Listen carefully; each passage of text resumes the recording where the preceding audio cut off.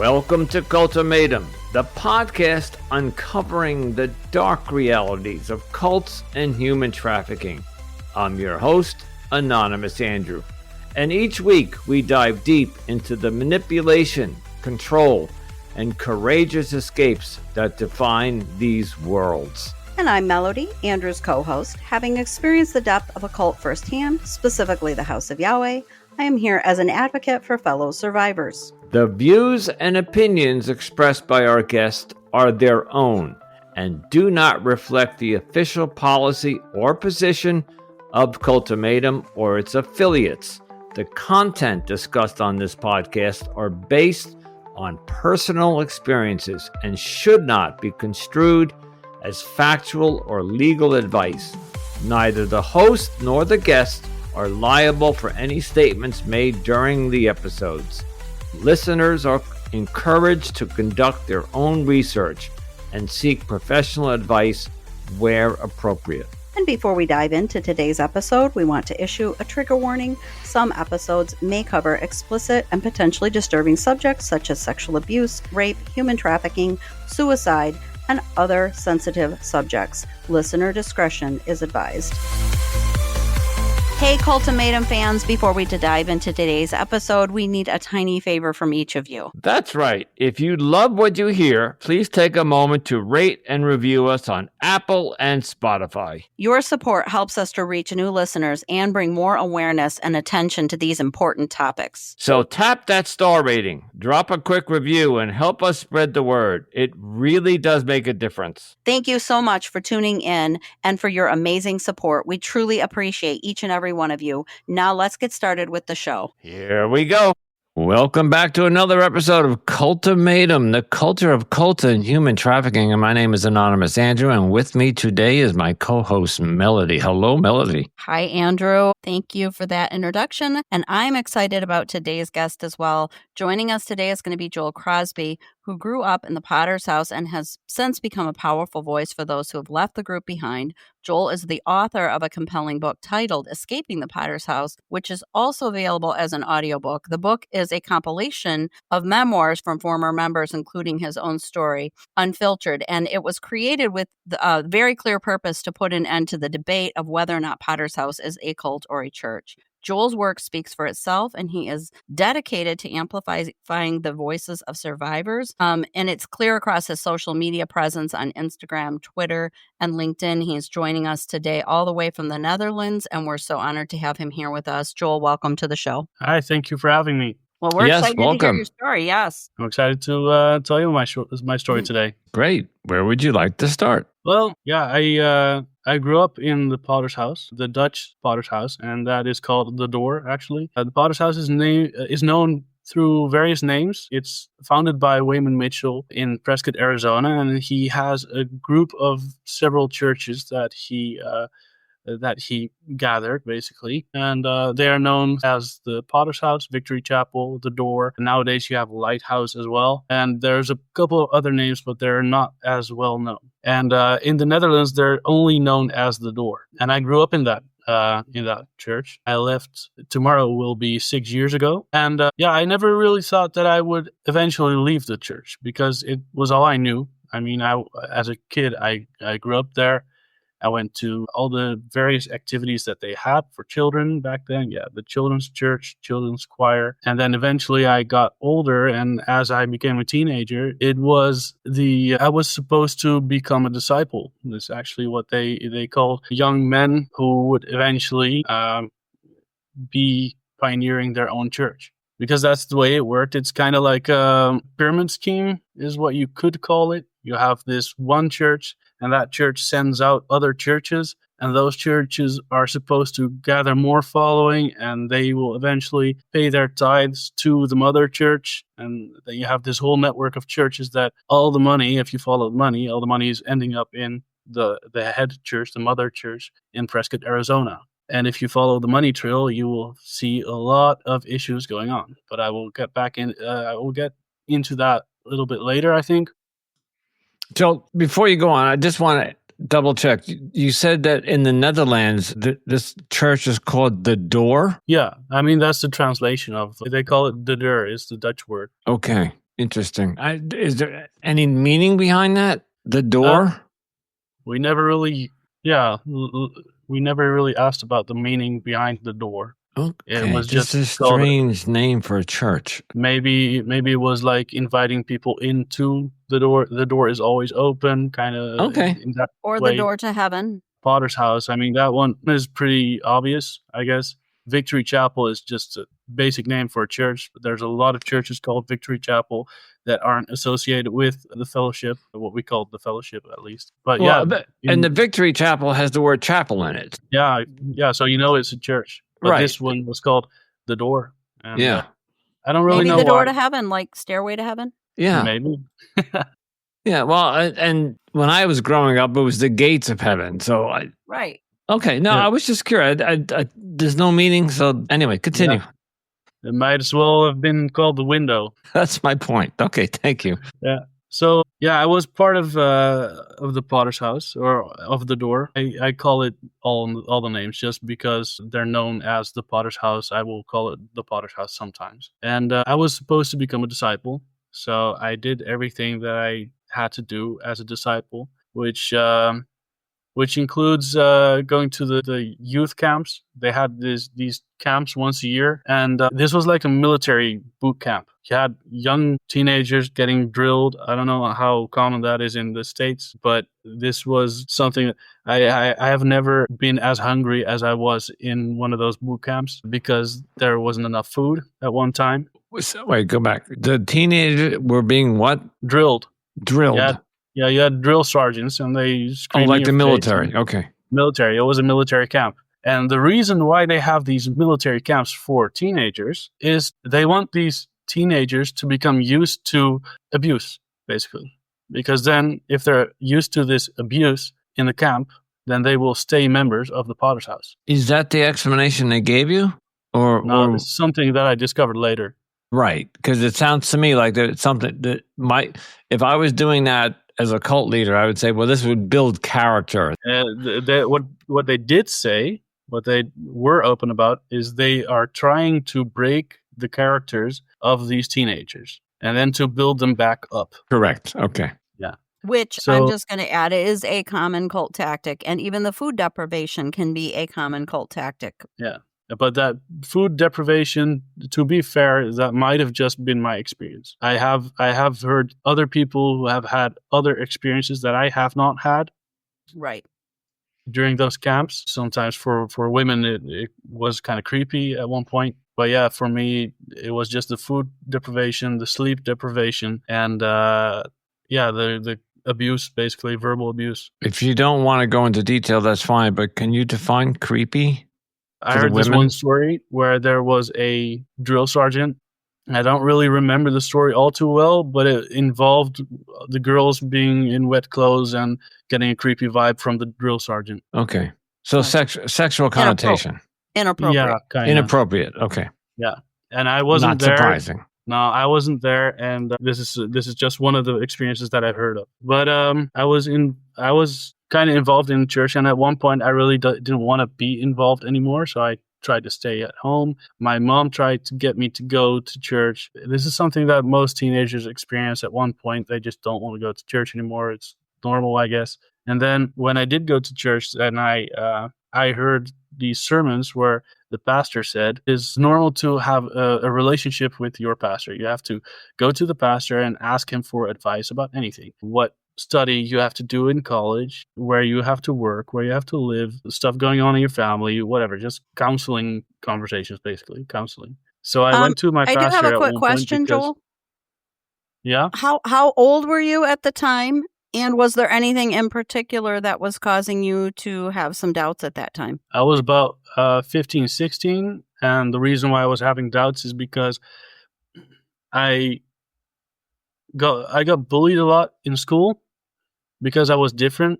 The reason why I was different was because when I went to high school for the first time, I was scared that I would lose my salvation. I was just a kid. I heard all these horror stories about teenagers going to high school and then trying to fit in, and they started drinking and started smoking and cussing and just not being Christians anymore. Okay, so this was a is what public we thought school? of them. Yeah, it was a public school. Okay, So not affiliated with the then church. I got scared that I would lose my salvation, and I started listening to these testimonies. So then I thought the way to keep my salvation is not to try to fit in. And by not fitting in, that meant I got bullied a lot. I got bullied so much that I got beat up at school, sometimes weekly. It happened more than once, at least. I have been on 8 different schools because of bullying at 4 of them. So, and because I got bullied so much, I went to the pastor and I told him I'm depressed. I'm having issues with that. And then I thought he would have to cast out some type of demon that is causing the depression or whatever. This is what my thought was. But instead, he just told me to smile, because if I smile, then my brain would make some kind of chemical reaction and I would be happy again. So that didn't work. And the other thing that he told me is I told him about my father. My father was very sick at that time, and I didn't really have an all too good relationship with him at that time. And I told him about that, and then he told me something that shattered my view of my father, and that is that my father was a rebel, and I would have to look for another father figure in the church. And with that, he meant himself. And I didn't know he meant himself. I just thought anyone in church would do. But that shattered my view of my father, and I really, I kind of started hating my dad. I didn't want to be his son anymore. I was ashamed of him. And my dad really didn't know why that happened, but that was because of what the pastor told me. So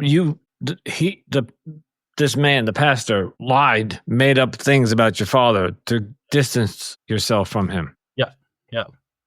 And In hindsight, was that a tactic for a particular reason? Was he trying to cause a division, or was your dad stopping? Was he not believing in the church anymore, or?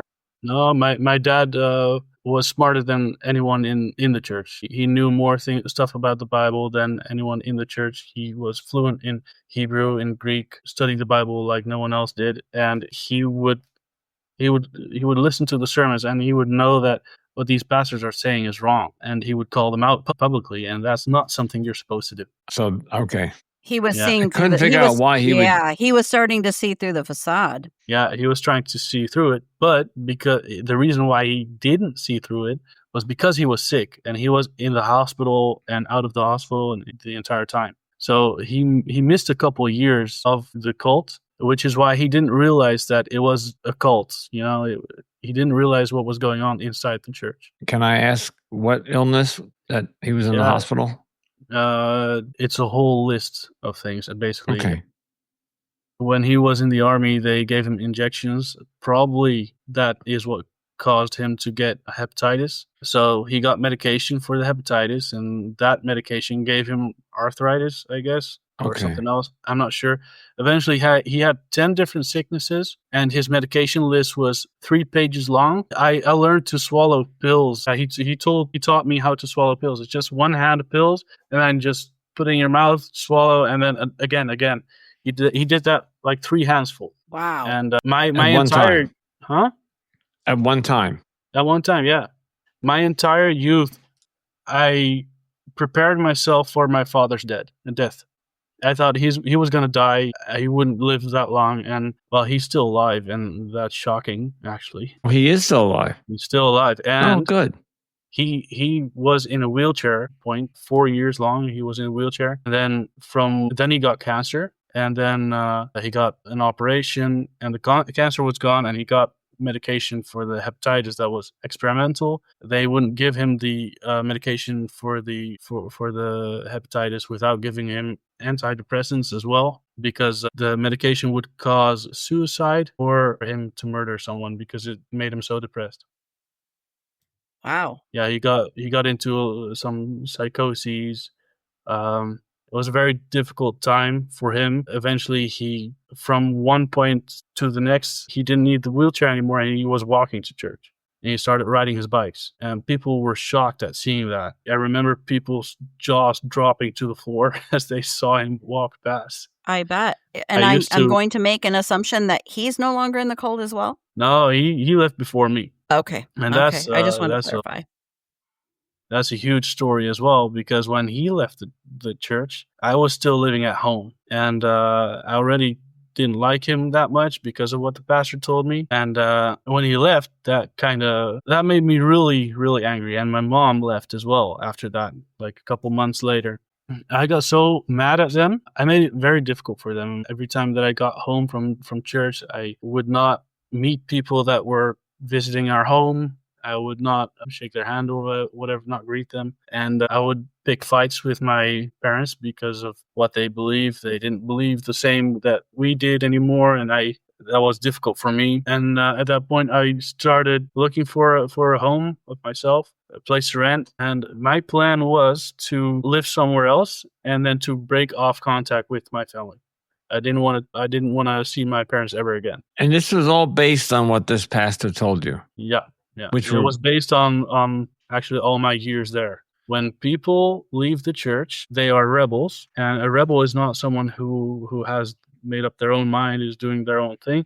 A rebel is someone who is basically guilty of witchcraft. And I have a quote of Jesse Cluck. He's one of the pastors in the Potter's House. He said that if you are a rebel, you might as well dress up in all black and sacrifice a small goat because you're following Satan just as clearly. They say that rebellion is demonic. It is a demon spirit. And if you have a demon spirit, it means you're demon possessed. And what 2 Samuel 15 verse 22, I think it was, or 1 Samuel, I'm not sure anymore. That says that rebellion is as the sin of witchcraft. But if you read that Bible verse in context, it says rebellion against God is as the sin of witchcraft. So there is a difference between rebellion against your God or against a pastor. But there is also a pastor called Darren Munzone. I'm not sure if I pronounce his name correctly, but he's from Hurstville, Australia. And he says that rebellion against God is called witchcraft. Rebellion against your pastor is called what? Witchcraft. That's what he says. He says he takes it further in that quote. I have the video of it. But in hindsight, now that you're out and your dad's alive, so I guess I have a twofold question. Do you speak to your father today, and do you not believe in what they... In other words, you know that what they were telling you, feeding you, were lies back then? Yeah, I know that they were feeding me lies. I know why they were doing that. And I know that, and I have a very good relationship with my father. Excellent. Very good to hear. I speak to my father daily. He is very involved with everything I do. He thinks it's great. I tell him every update that I'm working on about basically exposing is a very big word, but I'm trying to make these stories of abuse visible because I'm not the only person who has experienced cult-like behavior in the church. We have a Facebook group with 3,000 members right now, a little bit over 3,000 members. And I hear all these stories, and there are a lot of people, especially in the States, that are too scared to speak up. And that's why I share my stories, because there are so many people who don't have the courage to speak up, because the Potter's House has a very, very good legal team. They have very good lawyers, and they have unlimited funds because everybody tithes to the Prescott Church. So these lawyers will destroy your life, and they will not feel guilty about it. They try to break up families. They try to take children away from parents because the parents are divorcing. I heard of one story where the pastor asked 5 people in the church to write a letter to a judge to tell the judge to take away the children of this woman because she was an alcoholic and she was divorcing from her husband. Her husband was involved in pornography for multiple years, and that's why she became an alcoholic. So, and she did lose her children because of that. But was this true? Yeah, it was true. Yeah, I know this woman. Oh, so she was an alcoholic, and the father was into pornography. Yeah. Okay. Yeah. And but she eventually got into rehab and is doing much better, but she did lose her children. This might be a good segue to get into. I'm assuming this is what led you to write your book then. Yeah, I when I got out of the cults, we didn't really have that much. All we had is one Facebook group, and that one Facebook group is actually, yeah, I joined it and I saw all these people who all agreed that someone has to do something, and nobody really did anything. So then I eventually decided I'm going to try to do the only thing I know how, and that's how to write a book, because I had been trying to become a writer for some years already, but I didn't want to write about this. I wanted to write fiction. And instead, I I had to write about my worst traumas, and I publish it for all the world to read. But yeah, I kind of got sick of this back and forth between current members and former members about it's a cult, no, it's not. It's a cult, no, it's not. So that's why I decided to write a book where I try to get people to follow the train of thought. Why is it a cult? So I begin with a foreword my dad wrote about just history. And then in the preface, I talk about why I wrote the book. And there's a bunch of different things that I could have done to say why is the Potter's House a cult. But I eventually end up with the fellowship, is what we called it. The fellowship follows man and not God. And then I explain why. And I have a bunch of examples that I give there. And then I try to show that in the main contents of the book, I try to show that it's not just me. It's not the one guy with a bad experience and that's it, because that's one of the arguments that I got as well. I involved 10 people in making this book from all over the world, because we have we have 4,000 churches now in 125 countries. And I got 10 people from 4 different countries to write their stories. And eventually I closed the book with a bunch of contracts and letters from former pastors to show that this isn't biblical. It's a crazy church. At best, it's just a manipulative church, but I would say, because it follows everything that the bite model describes by Stephen Hassan. I was just going to ask you, does it follow the bite model? Okay. Yeah, it follows that exactly. I have published an analysis of the bite model on the Potter's House on my website. If you Google bite model analysis of the Potter's House, you will find it, and that goes really into depth of. And we will add a link to your website in the show notes so that the audience can find that and follow that as well. Awesome, sounds good. Yeah, because we still do get a lot of comments from former members. I just had one today who said, "Yeah, this is what I don't understand. You have these current members, and they are supposedly better Christians than I am. I'm still a Christian, but they find themselves better. And then because they are still members of the Potter's House, and I am no longer, so that makes me a rebel or something. And then they show very un-Christ-like behavior, because they are supposedly, they have to be Christ-like, and they're not. This one guy told me today, suck your mother. That's not Christian. That's just hypocrite. So these are stupid comments that I get. Some other people I don't really remember. I try not to think about it that much. By the way, I Googled exactly what you said, the bite model. Yeah, bite model of I just wrote bite model of the Potter House, and you're the first one that came up. Good. I was? Yep. Yeah. I'm kind of assuming from what you've said that the Potter's House also participates in shunning, excommunication, whatever you want to call it. There's multiple terms for that depending on the cult or group that you're in. From what you've said, it sounds like they do participate in that. And they were actually even trying to get you to excommunicate your parents because of them, because they had left, correct? Correct. Okay. Go ahead. Sorry? Go ahead. You go ahead. Finish that, and then I'll ask my second question. All right. When I eventually did decide to leave the Potter's House, it was a whole process that went on before that. When I finally made that decision, I knew I would lose all my friends.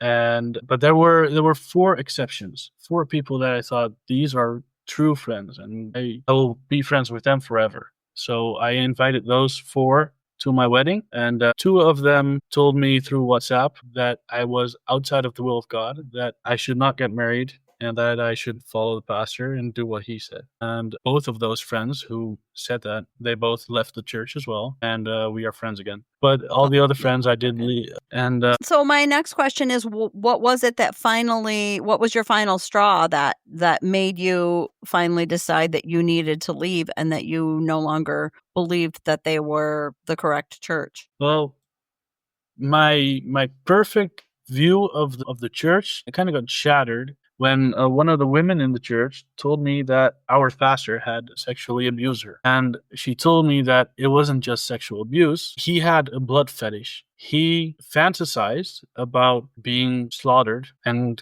killed, and he wanted women to kill a fish for him on video, and then he supposedly lost the tape, and they had to do it over and over and over. And then eventually one of the women who was involved in this, she got a skeptic. I'm not sure, I can't get the right word, but she kind of got suspicious, exactly. Suspicious. She was, and she asked him, why do you want us to kill these fish over and over again?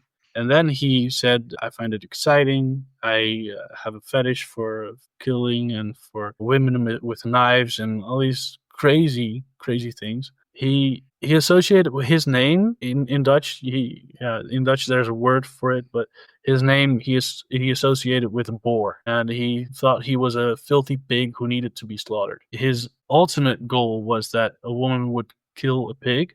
And I have heard that did happen, but I don't really remember if that's true. Now, the newspaper did report on a woman killing a pig, so yes, that did happen. But also chicken and fish. And when she told me that this all took place, I thought there must be a mistake. This cannot be the same pastor I looked up to the guy. So I did the only thing that I thought I could do to stop it. And I went to the church board and I told them the story, and I said, you're not allowed to do anything with this story because I don't have permission to tell you this story. So I'm going to ask this girl to come to you and she will tell you the story and then you can act upon it. So I tried to convince her, and it took me 3 months to convince her. And in those 3 months, I did not sleep. I got incredibly stressed out. My job was going bad. I just got up from my desk and I told him I can't take it anymore. And I went home. I was way burned out, trying to keep myself from doing stupid things. And my relationship with my girlfriend,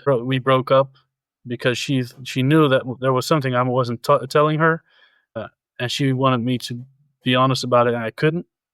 And then eventually, after 3 months, this girl, she went to the pastor. No, not to the pastor, to the board of elders, the church board, and she told them what happened. And the next Sunday, he was preaching his last sermon in the morning, and then after that, the church board got into the office, and the office windows were open. I could see everything that was going on inside the office.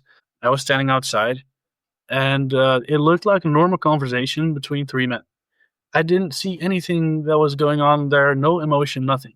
And then eventually these three men got up, and I kind of got nervous because I thought he lied about it or something. And they got up, he got out, and he saw me looking. And that's when I knew that the conversation did take place, because the way he looked at me, it was pure evil. He was angry at me because he knew I was involved. So the next evening, it was announced he was dethroned. He was basically removed from his ministry because of what they called moral failure. And moral failure can mean anything. It means maybe he smoked a cigarette. That is what moral failure means. It can mean anything. But I was happy he was gone. And 2 weeks later, there was a wedding in church, and we were attending the wedding, and this girl was as well. And then she gets a phone call. She has to come home. And then she comes home, and she sees her house being graffitied with the words slut and whore, because the story was that she seduced the pastor. So it was a consensual relationship. That's what they said.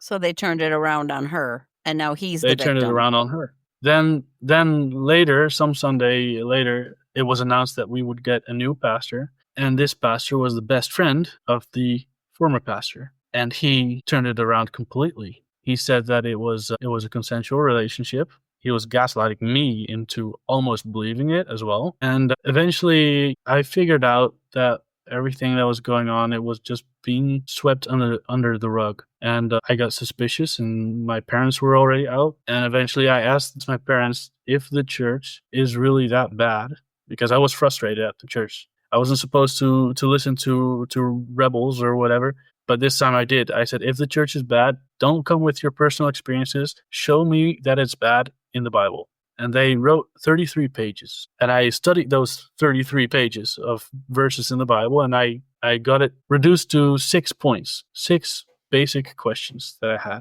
of which 2 I didn't even want to ask the pastor. But then I asked the pastor because I didn't have a response to my parents, and I really wanted them to be wrong, because if they were wrong, then I wasn't. I went to the pastor. I asked him, what do I respond to my parents, because this is what they're saying.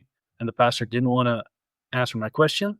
He just asked me, do you still believe in leadership and in tithing, as if those were the most important things to discuss at that time. Did believe in those things, but the way he was asking them, I thought, should I? And then I went home, and then at the same time, I also had to ask permission to ask my wife to marry me, so to propose. I got permission. I went to the I proposed to her. She said yes, and then I had to ask when we could get married, because the pastor fixed a date. Then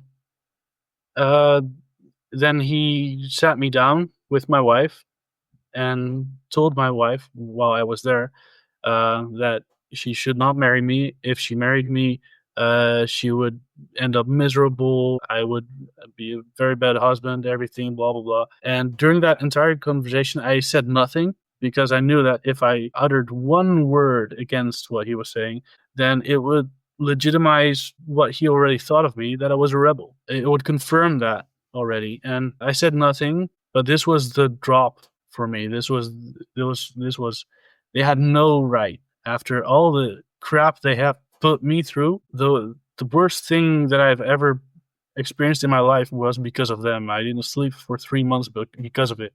And they had the audacity to not let me get married while I tried to do everything according to their stupid rules. That was it for me. So I stood up after the Not to confrontation mention was over. assassinating your character to your future wife. Exactly. Yeah. So we got up, and my wife was she was crying.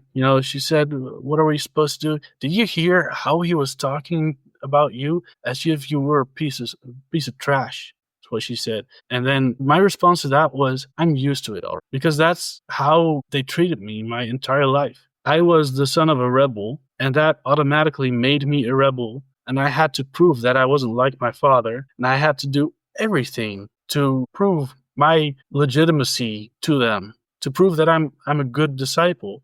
Didn't make sense, because I didn't do anything wrong. There were stories about me that were being gossiped, that I was aggressive. My wife was told to make me angry to see how I would react. There was another story where they said that I asked girls to remove their clothes on the webcam or something, which I never did. These stories went around, and that's because this place is a How old were you at this point? When I asked my wife to marry me, that was 6 years ago. Exactly 6 years ago. Yeah. And we got out, and we got married 4 months later. Well, good. She left with you. I'm happy to hear that. So all these accusations were being bestowed, what's the word, by the same pastor that you reported? Yeah. Okay. By multiple people, actually. By this pastor, his best friend, and a bunch of people in the leadership there as well. Would you think this was retaliation? I think this is just the only logical explanation to a toxic environment. Is that people start to gossip, because there's nothing else to talk about. Everybody knows everybody. There's not much else going on, so you gossip about everybody. And well, the story about the pastor that liked to wash women with knives and blood. Yeah. And you had somebody come forward and tell the other elders about him. That was the pastor that tried to distance you from your father, correct? Yeah, that's true. Okay. So you get him dethroned, I think was the word. And then all of this started happening after that? Yeah. The rumors and the lies about you and the webcam. And there were already some rumors going on before that, but that's because this pastor who was involved with the knives and everything, he liked to gossip about people as well. Okay. So every time I went to him to confess one of my sins or something, I did this or that, then he would just tell anybody in church who would listen. Wait a minute. I know I was brought up in a different religion and a different thing, but when you go to confession, that's supposed to be confidential. So you're telling me you went and spoke to a pastor and he would go tell everybody else what you told him? Yeah. Yeah, that's crazy. I'm with Andrew. I think that this was retaliation and they were trying to discredit you. They were trying to Absolutely. discredit anything that you said. They were trying to discredit you before you even said anything else. Yeah, but it doesn't make sense to me. I mean, they tried to retaliate against me while I never intended to do anything against them. Other than a lawyer-client, one of the most sacred bonds that I'm aware of is between, if you're religious, is between you and your minister or your pastor or your priest or your spiritual leader. If you sit down with them and confess something that's been that bothered you, maybe you did, maybe you didn't, maybe you thought about it, whatever. That's confidential. That's why you go to that person, so you know that you can. Obviously, I think there's some rules about, like legality if you hurt somebody or murdered somebody. Yeah. And even then, the Catholic Church, I think, won't allow it. So this guy goes out and blabbers about everything that you told him. Yeah. Is what you're telling us. But here's the problem. The reason why this isn't really a legal issue of any kind is that the Potter's House, the fellowship, they don't believe in any type of formal education. So there's no Bible school, no theology that you're learning. So what you have is basically an organization with a pyramid scheme where some people have the authority, and these people that are in authority, it's based on nothing. It's based on they were given that authority by their pastor. And when you go to the judge or to lawyers and you tell them about this, you cannot prove that this person was indeed a pastor because he didn't have any type of education. He is not an ordained minister. All he is a former farmer. He wasn't even a farmer. He did go to school to become a farmer, even though he was a city boy. So this just didn't make sense. But so I see what you're saying, that he wasn't formally trained as a pastor, but still ignore the balloons. If my iMac does that, the fact that you went to a spiritual person to confess or talk about something, it's still supposed to be considered sacred and private. Yep. Okay, never mind. I'm trying to make rational sense of something from a cult. And I don't know why I'm doing that. No, I get where you're saying. Basically, that's kind of an unwritten rule, Andrew. I hear what you're saying. Legal or not legal, just ethically, that's not right for somebody in that type of position to do that to a parishioner of their organization. But I got to forget that we're on a podcast about cults, and cults don't follow tradition. They do what they want, especially cult leaders. Yes, exactly. All the rules go out the Where's that list from our other podcast, from our other episode? That one of the rules where we can do whatever we want. So the playbook. Yes, the playbook. Amazing. Okay, so tell us a little bit about the last 6 years of your life, where you are today. You are married? Yeah, I'm married. We did get married 4 months after we were not allowed to get married. We got married, and the previous 6 years have been very interesting because I wouldn't imagine myself here right now. So what happened is we got married. I wrote my book. I published my book 2 years ago in May. And after I published my book, I got in contact with someone else. And he is a former member of a cult in the Netherlands. And he became international news overnight when he escaped, because he grew up on a farm and he hadn't left that farm in 9 years. And the Dutch government didn't know he existed because he was hidden from everybody from his birth. So he kind of grew up in captivity. He wasn't a captive. I mean, he could leave, but he didn't because, that's what you do when you're in a cult. You're captive of your own mind. And he became a celebrity here in the Netherlands, and we started working together with one other guy who also escaped the cult. He is now a cult expert with the police. He's involved in setting up a department about cults, specifically within the police department. And the three of us, we all wrote about our experiences in books. And now we started our own organization where we give lectures and trainings to caretakers like therapists and psychologists of former cult members, because you have all these therapists, they want to help, but they think it is the same thing as post-traumatic stress syndrome or disorder, We say syndrome in the Netherlands, but it's disorder. But it's not the same thing as PTSD. It is religious trauma syndrome, religious trauma disorder. And this is much bigger because you don't have these few traumatic experiences. You have a identity that was taken from you or that you have never been able to develop. You have to figure out how to integrate into society, the same society that you have actively resisted your entire life because that was what was expected of you in a cult. And we are training these therapists and seeing that there's a bunch of people who are really trying to help former cult members. And something else that I have been working on and that is finally finished since last week is I started my own nonprofit. I set up a nonprofit to help specifically former members of the Potter's House, of the Door Fellowship churches. And we are organizing support groups in person so that we can kind of reconnect with people or connect with people we don't really know, have never really met. But these are people who have all experienced the same thing. We have all been in the same cult and we know what it's like. And that's one of the things that you notice when you're out. So nobody really understands what you have been through. And then you have these support groups and everybody is talking about the same thing. We all know what it's like. We've all been in the same tyrannic dictatorship. Wow, that's amazing. I didn't realize you were part of that.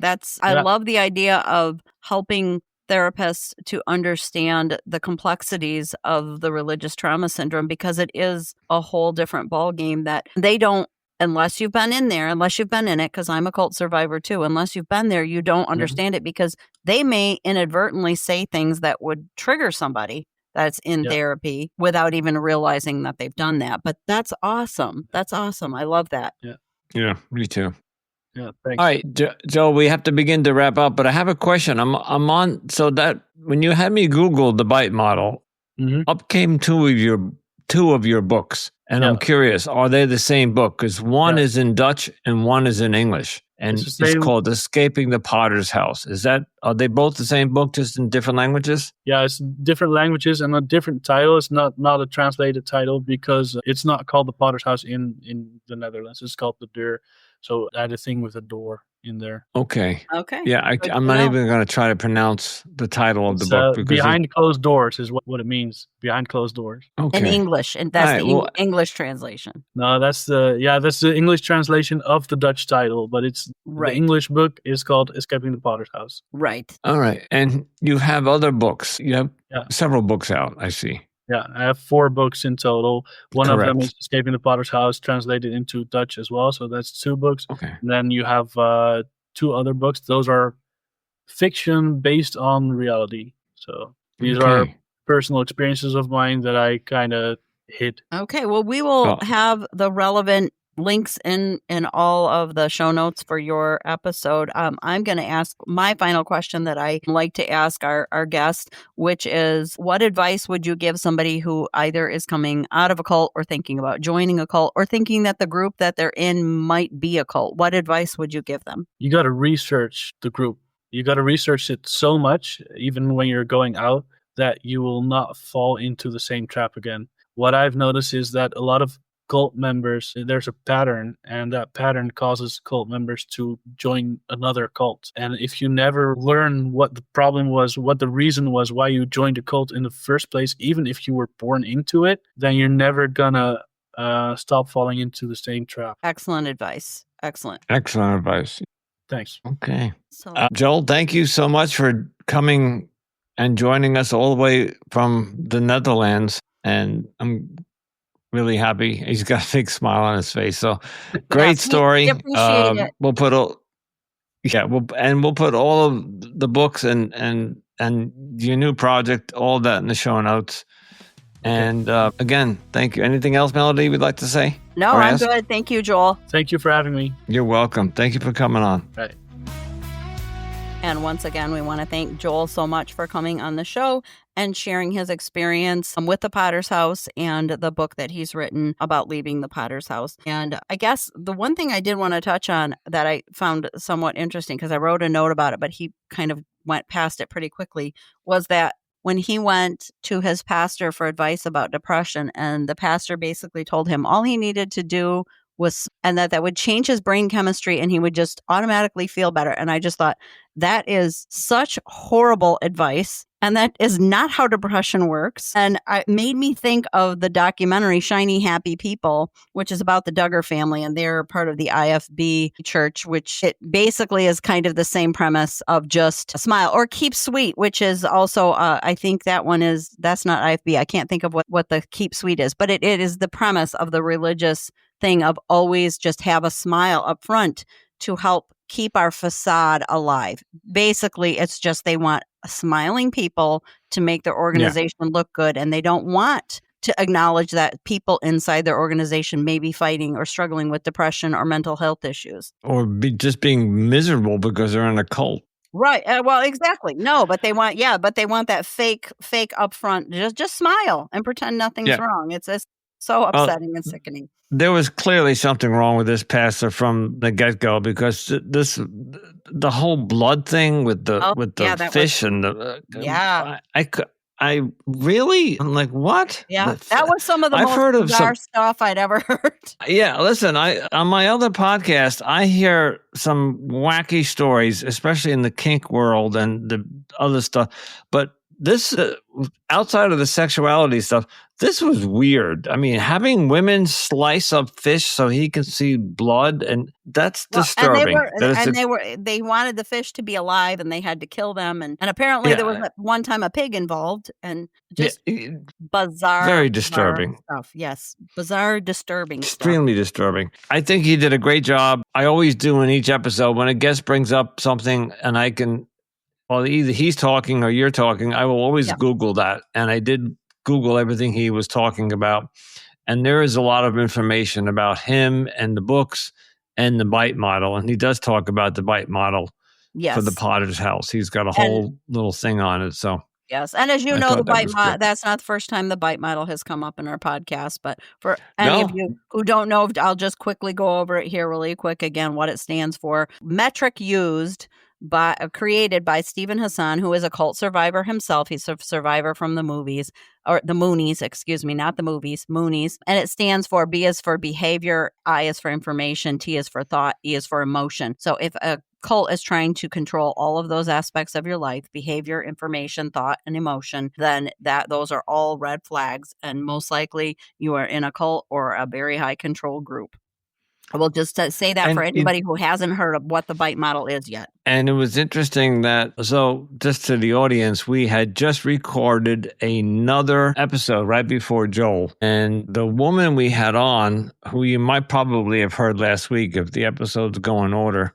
Yes. She gave us a playbook that she wrote of what makes a cult, and I'm looking for it now. I'm trying. Yes, what was the 10 signs or the 10 rules of a cult or something? Right. But it was just like, it was like we were receiving that playbook we talk about. Like we got a secret copy of the cult leader playbook from Kim, who put it together and said, this is kind of the playbook they use. And when I questioned why I forget what I asked him, and then I realized that in that playbook, I think it was number 4 and number 5 is the cult says that we can do anything we want. Right. And that's exactly we can't be questioned. Yes. No, we can't be questioned. Right. I know it was. You were asking basically how could a pastor or a preacher or somebody in that authoritarian role within a church or an organization or a cult defy or betray your confidence. You're going to them in confidence. The sanctity of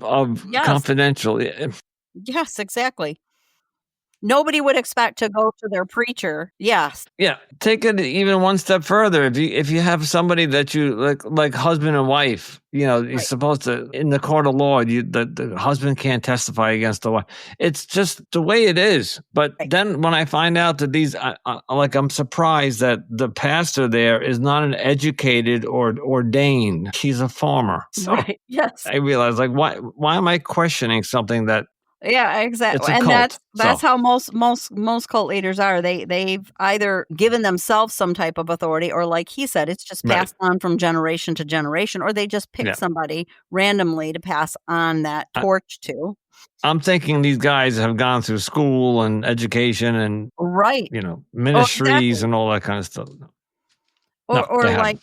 or like Kim stated in her little list of the 10 rules of the cult leader there too, is that you're not allowed to question that authority either. So Correct. yes. Yes. Basically, you just have to go with the flow. And another thing she said in her interview was that the more corrupt you are, the higher you go because you keep tolerating the corruption. So that means that most likely the people at the top are the most corrupt. Right. It's like telling a lie. The more you tell the lie, the deeper you get into it. And so, yeah. Yes, exactly. Then you Yeah. got to tell another lie to cover up the lie. Yep. And yes, exactly. So, well, once again, we want to thank Joel so much for coming on the show and sharing his experience and his story about the Potter's House. And we want to thank all of you for tuning into Cultimatum, and your support, as always, is greatly appreciated. If you enjoyed today's episode, if you could just take a moment to rate and review us on platforms such as Apple and Spotify, especially Apple. It does really help us out. Hopefully you'll give us five stars. And don't forget to follow, share, and keep listening to all of our latest episodes as well. You can also connect with us by joining our Facebook group,